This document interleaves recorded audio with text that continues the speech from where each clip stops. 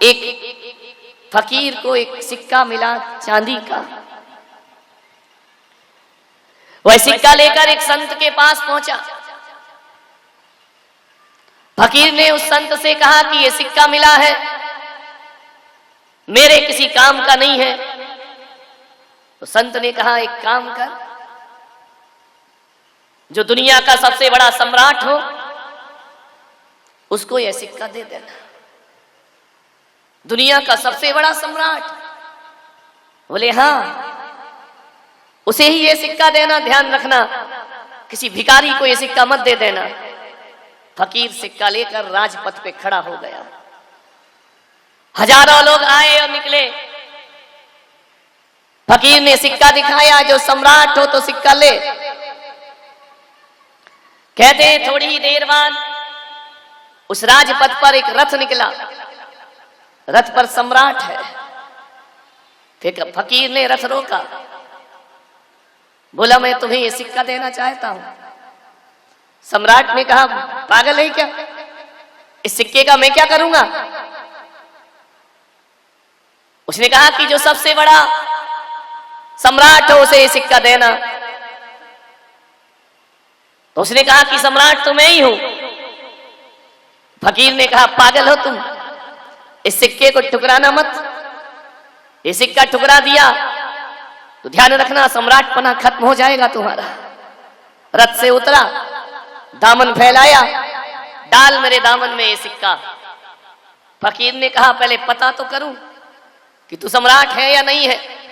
सम्राट ने कहा कि बड़ा बेअकल आदमी है, स्वर्ण रथ में बैठकर जा रहा हूं, 7-7 घोड़े मेरे रथ में जुते हुए हैं, ये पूरा लवाजमा जा रहा है, और तू कह रहा है कि सम्राट है या नहीं है, अंधा है क्या? उसने कहा अंधा तो मैं नहीं हूं, लेकिन परख तो कर लूं कि तू सम्राट है या भिखारी है। उसने कहा जुबान संभाल के बात कर, सम्राट को भिखारी कहता है। जरा सम्राट ये तो बता दो कि तुम जा कहां रहे हो? बोले मैं पड़ोसी राज्य में चढ़ाई करने जा रहा हूं। सम्राट तुम्हारा राज्य कितना है? बोले जहां निगाह जाए वो सब मेरा साम्राज्य है, उठा के देख ले नजरें। तो फिर तुम अब कहां जा रहे हो? बोले पड़ोसी राज्य को जीतने। तो भिखारी ने, फकीर ने कहा ऐसा कर, तू रथ में वापस बैठ और आगे जा, ये सिक्का तेरे भाग्य में नहीं है। अरे उसने कहा क्यों? जितनी जितनी ये धरती दिख रही है उस पर आधा साम्राज्य तो मेरा है, और तू कहता है कि मैं भिखारी हूं। फकीर ने कहा जिसकी निगाह पड़ोसी के राज्य में हो, मेरी नजरों में उससे बड़ा भिखारी दुनिया में कोई दूसरा नहीं हुआ करता है। जब ईश्वर ने इतना दिया है तो अब किस बात की तृष्णा लिए जी रहा है? जब जी ईश्वर की कृपा से तेरे को इतना साम्राज्य मिला हुआ है और फिर भी पड़ोसी पर निगाह रखे तो तू सम्राट नहीं हो सकता, तू भिखारी होता है। अरे पड़ोसी के धन पर निगाह रखने वाला उस चोर की तरह होता है जो दूसरों की कमाई हुई दौलत पर निगाह रखता है। इसलिए सम्राट, तू मेरी नजरों में सम्राट नहीं हो सकता है। और कहते हैं भिखारी ने सिक्का वापस लिया, सम्राट ने नजरें झुकाई और आगे चला गया। एक बात ध्यान रखना, कौन भिखारी है कौन सम्राट है कहा नहीं जा सकता। अरे बाहर से कई लोग सम्राट दिखते हैं लेकिन भीतर के बड़े भिखारी हुआ करते हैं, और कई लोग बाहर से तो फकीर और भिखारी दिखते हैं लेकिन भीतर से सम्राटों के भी सम्राट हुआ करते हैं। ध्यान रखिए, कौन है भिखारी कौन है सम्राट? बहुत कम लोग होंगे जो सम्राट की तरह पैदा हों, सम्राट की तरह जिए और सम्राट की तरह विदा हों। वरना आदमी पैदा तो सम्राट की तरह होता है, जीता भिखारियों की तरह है और दुनिया से विदा भी भिखारियों की तरह। एक सेठ था, लॉन में अखबार पढ़ रहा था, एक भिखारी पहुंच गया। भिखारी ने कहा कि सेठ जी कुछ दे दो। सेठ ने कहा नहीं है, बहुत बड़ी कोठी। भिखारी ने कहा कि सेठ जी रुपए 2 रुपए दे दो। सेठ ने कहा नहीं है मेरे पास। तो ऐसा करो सेठ 2 रोटी दे दो, सब्जी दे दो। बोले नहीं है। तो बोले सेठ जी ठंडा पानी पिला दो। बोले वो भी नहीं है। तो बोले फटे पुराने कपड़े पड़े हो वही दे दो। बोले वो भी मेरे पास नहीं है। अब भिखारी से ना रहा गया, उसने कहा जो मांगो वो नहीं है, जो मांगो वो नहीं है। तो भिखारी ने कहा कि फिर यहाँ काहे को बैठा है, पकड़ कटोरा चल मेरे साथ, जब तेरे पास कुछ है ही नहीं तो काहे का सेठ बना बैठा है। ध्यान रखिए, ये कटोरा पकड़, बहुत कुछ मिलेगा, रुपए 2 रुपए क्या दिन भर में बहुत चिल्लर मिलेगी तुझे।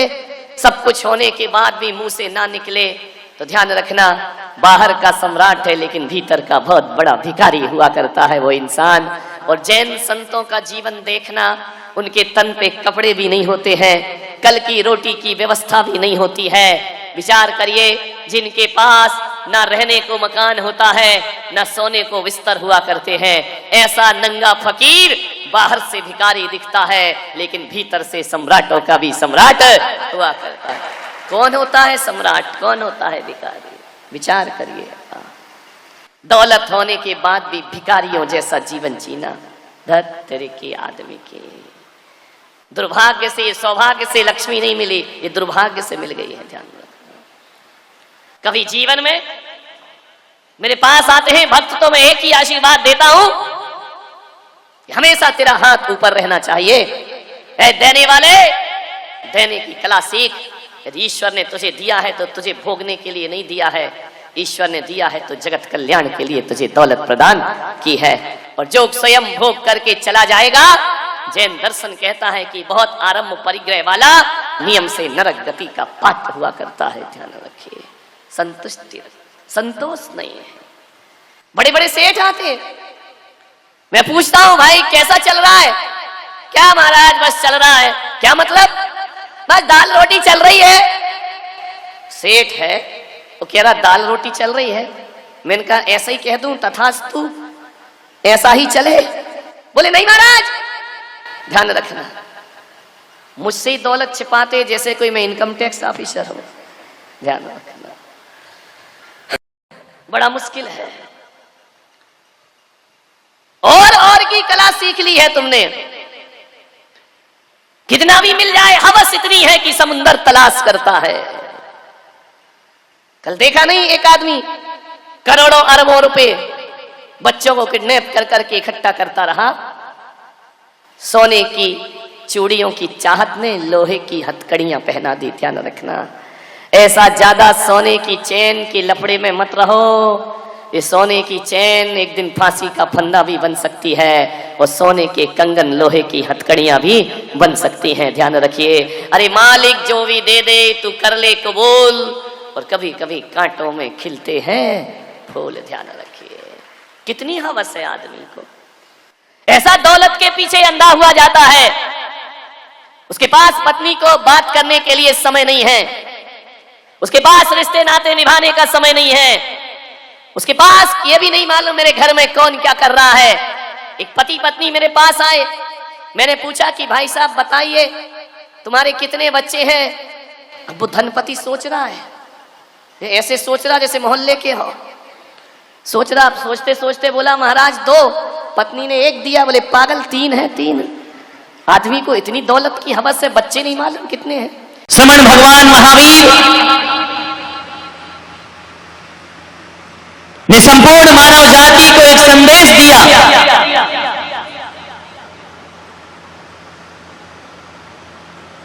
कि 3 गतियों में सबसे ज्यादा परिग्रह और संचय कोई करता है तो मनुष्य गति में सबसे ज्यादा परिग्रह होता है। पशुओं का परिग्रह सीमित है, पेट भरने तक सीमित है। नरकों में परिग्रह है ही नहीं। देवों के पास सब देवों पुनीत है। सबसे ज्यादा परिग्रह कोई रखता है, मनुष्य गति में रखा जाता है। भगवान महावीर ने संदेश दिया कि जोड़ो, जोड़ना का मना नहीं किया, खूब जोड़िए। एक बात ध्यान रखना, अर्जन के साथ साथ विसर्जन की कला भी आना चाहिए। पूजन में आह्वान किया है तो विसर्जन भी होता है।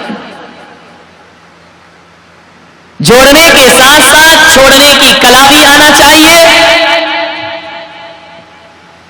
और जो दुनिया में जोड़ते ही जोड़ते हैं, छोड़ते नहीं हैं, महावीर कहते हैं उनकी जिंदगी डूब जाती है, उनकी नैया डूब जाती है। अरे जोड़ो और छोड़ो, जोड़ना और छोड़ना, यही जैन दर्शन का एक साधना है गृहस्थ के लिए। इको कम, जोड़ना और छोड़ना। जो जोड़ते ही जोड़ते रहते हैं, छोड़ने के भाव नहीं लाते हैं, उनकी नाव डूब जाया करती है। 23 घंटे जोड़ते हो तो 1 घंटे छोड़ने की ताकत रखो, उत्तम त्याग धर्म है।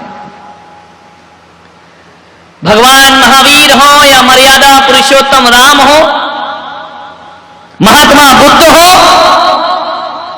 कोई भी महापुरुष हो, अवतार पुरुष हो,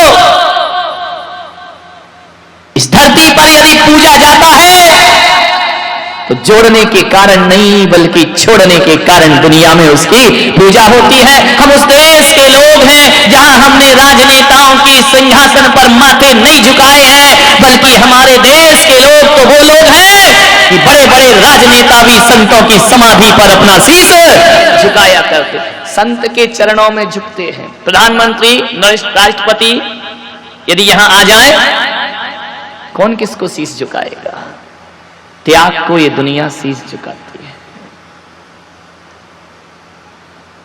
छोड़ना तो पड़ेगा,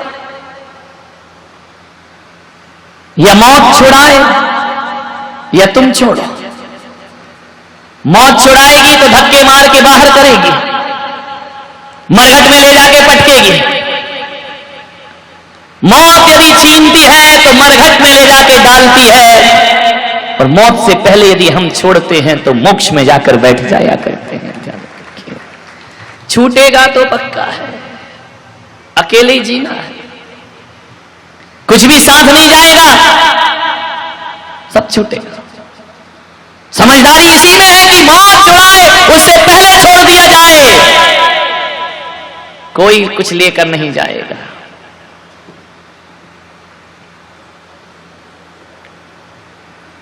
कोई चीज एक आध बता दो जो तुम साथ ले जाओ, बोलो एक आध नाम। कपड़े, रुपए पैसे, मकान, बीवी, बच्चे, डिग्रियां, व्यापार, पैसा, नाम, क्या लेकर जाओगे? कुछ नहीं। वो कब चले जाओ इसकी डेट दे दो भाई, कौन सी तारीख को तुम्हारा नंबर है कुछ?